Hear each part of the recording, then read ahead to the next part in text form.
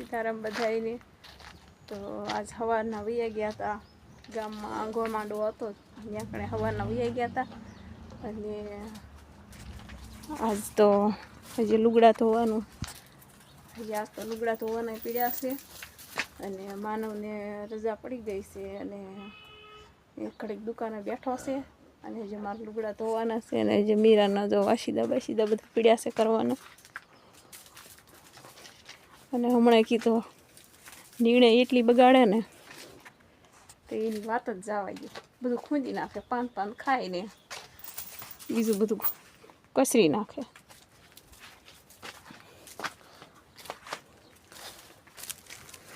અને આ તો જો બેસી ગયો છે. હવે આને તે જરૂર આવવા માંડી છે થોડી કા. અને વાસળાને તે હવે થોડી રૂજ આવી ગઈ છે. અને કાલે આપણે મગની દાળ કરીને અડદની દાળ બે કરી નાખી છે. અને આજ થોડીક ચણાની દાળ કરવાની છે અને થોડીક તુરની દાળ કરવાની છે.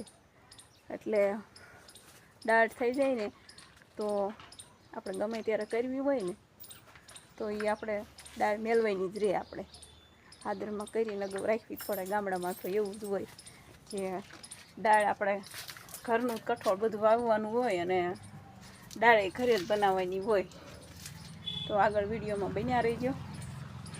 અને અમારા માનવને જો રજા પડી ગઈ છે અને જો દુકાનેથી કંઈક ફુગા લાવ્યો તો ફુગાનું જો એને રમવાનું એવું હોય.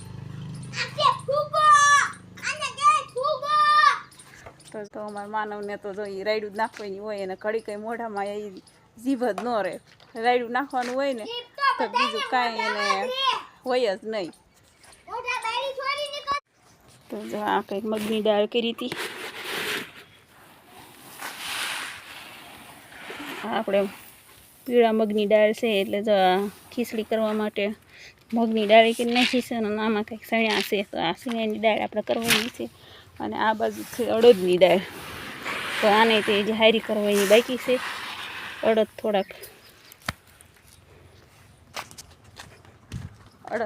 પલળી ગયા હતા એટલે આમ થોડાક કાળી દાળ થઈ છે. દાળ અસલની થાય. અને મગઈ પલળી ગયા હતા પણ તોય આપણે ઘરનું રડી જાય ને એવું તો થઈ જ ગયું છે. એટલે હવે એ દાળ આપણે હારી કરીને અને ડબ્બામાં પેક કરીને મૂકી દેવાની. એટલે આપણે ગમે ત્યારે શાક કરવું હોય ને કઠોળનું એટલે એ ભાખરી આપણે શાક બનાવવાનું જ રહે. તો આપણે જા તું લઈ લીધી છે.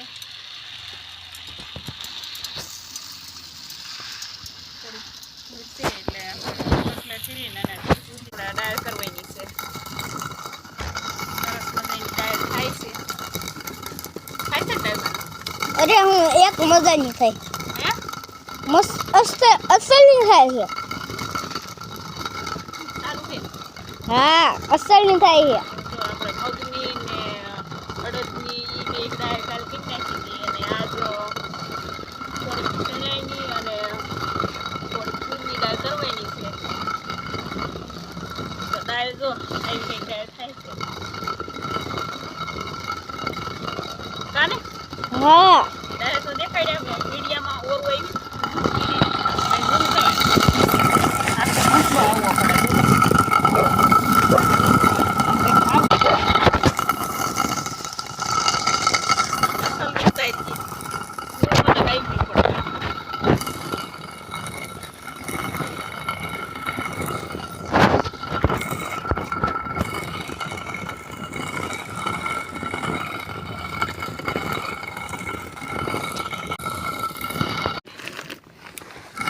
હળવું ફેરવી જાય તો અમારા માનવભાઈ મને કહે લાવો મમ્મી કે હું ઘંટલો ફેરવું. તો અમારા માનવભાઈ જો ઘંટલો ફેરવા માંડ્યા છે. અને દાળ બધી ભોળી નાખે છે. હળકું જાણે હોય કહું છું હળવું ફેરાય તો દાળ હેરી આવે.